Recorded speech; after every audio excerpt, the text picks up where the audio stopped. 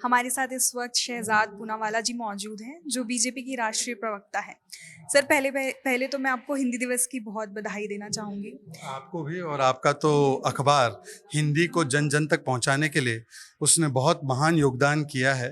तो और पूरी विश्व में उसने एक कीर्तिमान स्थापित किया है। सबसे ज़्यादा पढ़ा जाने वाला अखबार है आपका हिंदी का। तो मैं आपको शुभकामनाएं देता हूं, क्योंकि हिंदी दिवस तो हम मनाते हैं, आप हिंदी दिवस जीते हैं। सर हिंदी आपको लगता है कि आजकल के ये जो यूथ हैं उनके बीच में हिंदी कुछ संतोषजनक नहीं है? हिंदी आजकल विलुप्त होती जा रही है, लोग अंग्रेजी बोलने को कूल समझने लग गए हैं। तो उन युवाओं को आप क्या संदेश देना चाहेंगे? देखिए, हिंदी भारतीयता का दर्शन है। हिंदी में भारतीयता का परिचय मिलता है। और हिंदी, जैसे मैंने आपसे कहा कि वो वैसे तो राष्ट्रीय भाषा नहीं है, परंतु ये राष्ट्रीय भावना है। और इसीलिए हिंदी को कोई समाप्त नहीं कर सकता।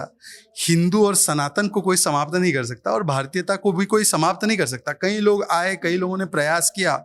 हाँ, हिंदी की महानता, उसकी महक में ये है कि हिंदी ने तो खुले मुझे लगता है मन से हर एक को स्वीकारा है। और हिंदी ने सब में से कुछ लिया है, और हिंदी ने सबको कुछ दिया है। और इसीलिए अगर आप देखेंगे कि अंग्रेजी हुकूमत रहने के बावजूद भी अंग्रेज़ों ने कई शब्द हिंदी के, जैसे हमारे धन को लूटा वैसे शब्द भी लूट लिए।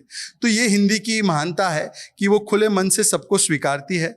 हिंदी का किसी से बैर नहीं, हिंदी के लिए कोई गैर नहीं। तो मुझे लगता है कि हिंदी की महानता यही है। और इसीलिए आज जो गैर हिंदी भाषी भी है, जैसे मैं हूँ, मेरी मातृभाषा वैसे गुजराती है और मराठी है, पर मैं हिंदी दिवस के अवसर पर हिंदी किताब के विमोचन पर आया हूँ।